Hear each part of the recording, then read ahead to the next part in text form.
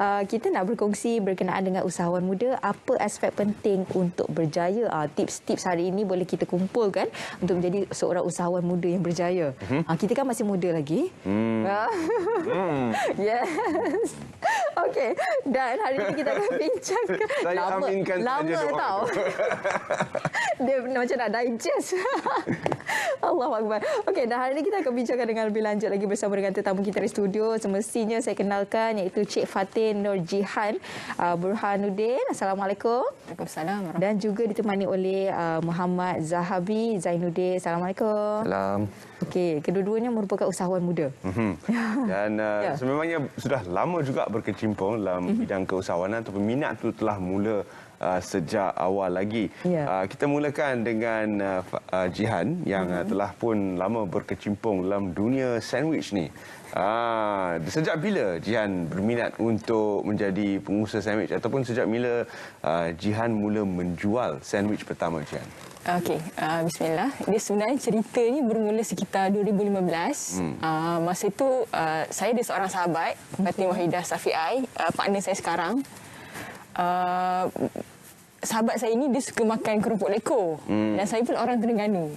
Bila mana saya bawa keropok daripada Terengganu tu dia rasa teruja sebab sedap lain macam kan. Biasa dia makan lain kan. Tiba-tiba bawa daripada Terengganu saya cakap lah ini yang ori.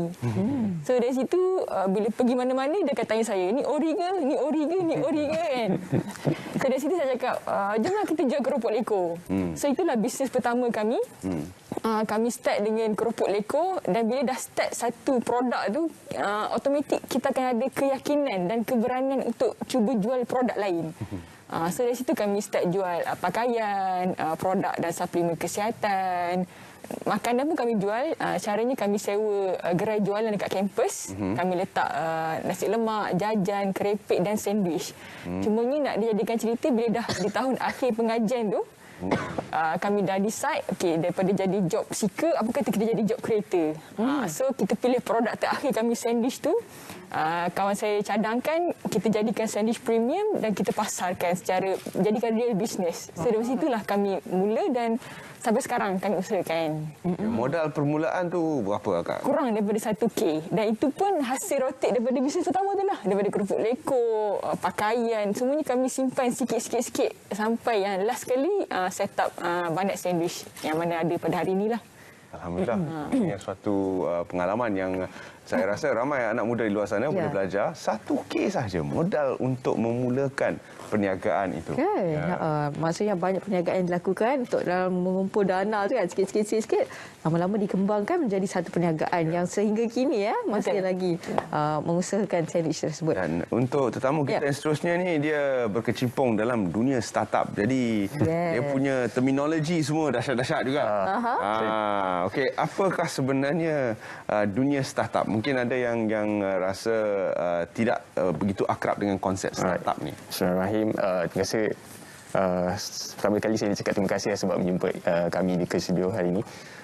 Kalau bercakap tentang startup sebenarnya basically startup ni satu bisnes juga perniagaan. Cumanya dia punya bisnes model belum dibuktikan lagi.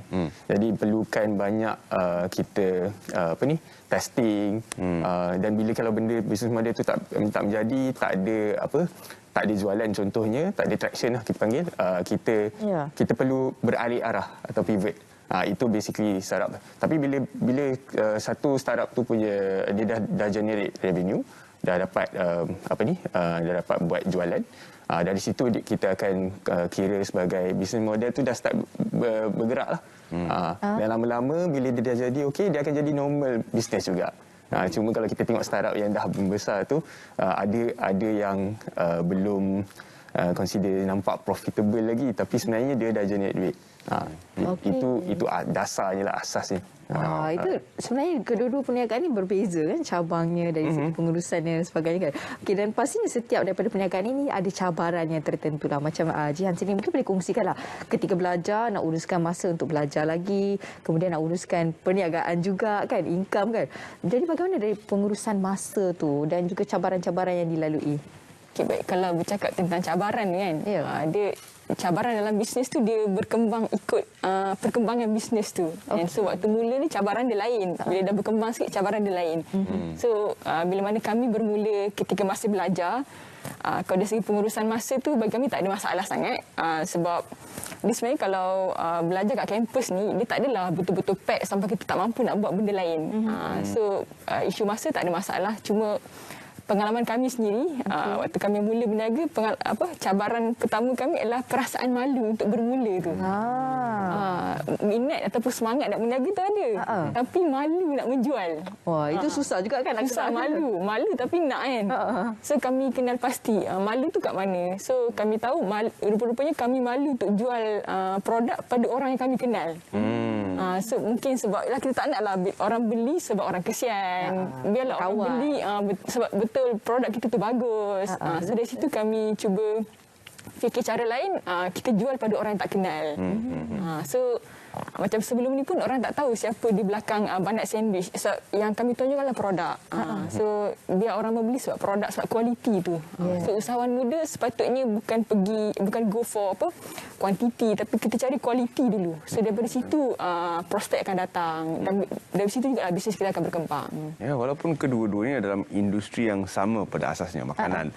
Namun kita dapat lihat dua cara berbeza. Satu dengan produk dan jenama sendiri. Satu lagi dengan Ghost Kitchen. Maknanya orang tak kenal pun jenama dia. Boleh terangkan sedikit tentang modus operandi Ghost Kitchen? Alright, okay. Saya cerita sikit lah. So, kita start Food Lab ni, sebuah cloud kitchen atau ghost kitchen atau virtual kitchen, right? Restaurant. Kita start pada tahun 2020. Jadi masa tu kita sepatutnya sebelum tu belum pandemik lagi. So kita ingatkan this is something in future lah sebab adoption of teknologi kan akan datang. Tapi kemudian pandemik datang.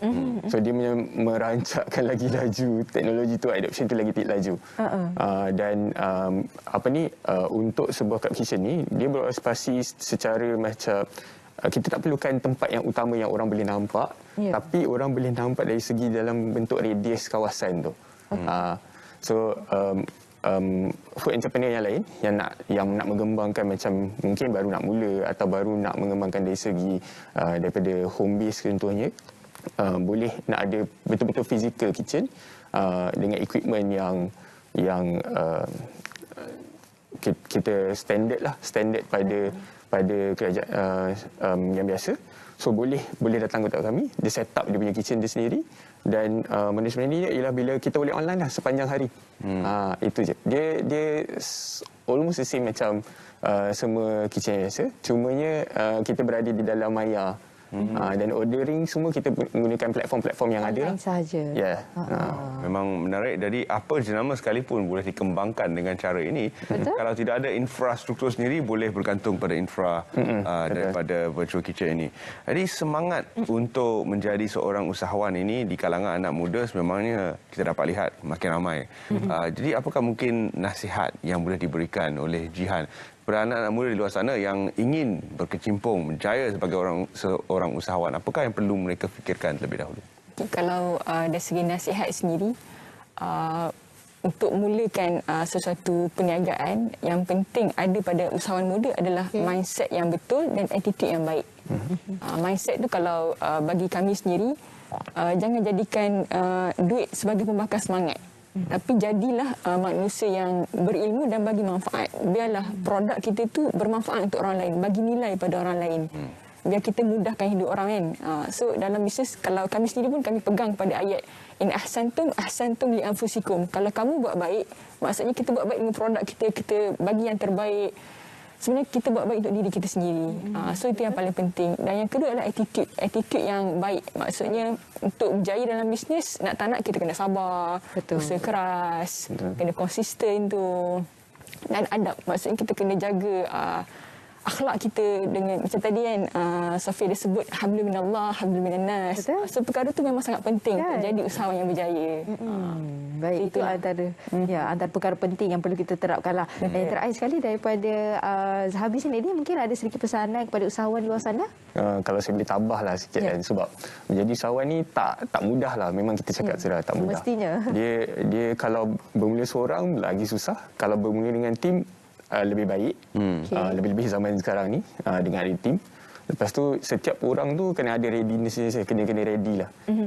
Tadi Jihan cakap pasal attitude, mindset. Lepas tu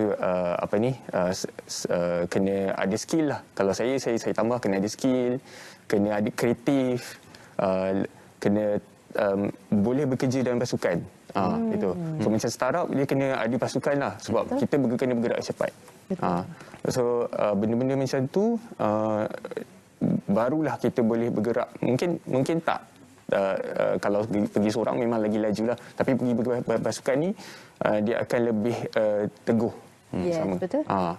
So, lebih jauh dia boleh pergi kan. Tapi so itu seseorang tu perlu ada readiness pada diri sendiri. Capital semua tu bukan kata tak penting, tapi dengan yang sikit pun, macam Jihan mula dengan 1,000 pun dah boleh dah. Tapi bisnes model kena betul, orang dia kena betul juga. Macam Jihan sendiri pun ada rakan kongsi yang bersama-sama, maksudnya berkongsi idea, dari segi kreativiti, apa antara mindset ataupun orang kata pegangan bersama-sama lah kan, bersama dengan rakan kongsi yang akan membawa kejayaan kepada bidang perniagaan kita. Itu yang utama yang dikongsikan oleh Jihan dan juga Zahabi. Terima kasih saya ucapkan kepada kedua-dua tetamu saya untuk hari ini, iaitu Fatin Nur Jihan Burhanuddin dan juga Muhammad Zahabi Zainuddin. Terima kasih banyak. Semoga terus maju, terus sukses insya-Allah.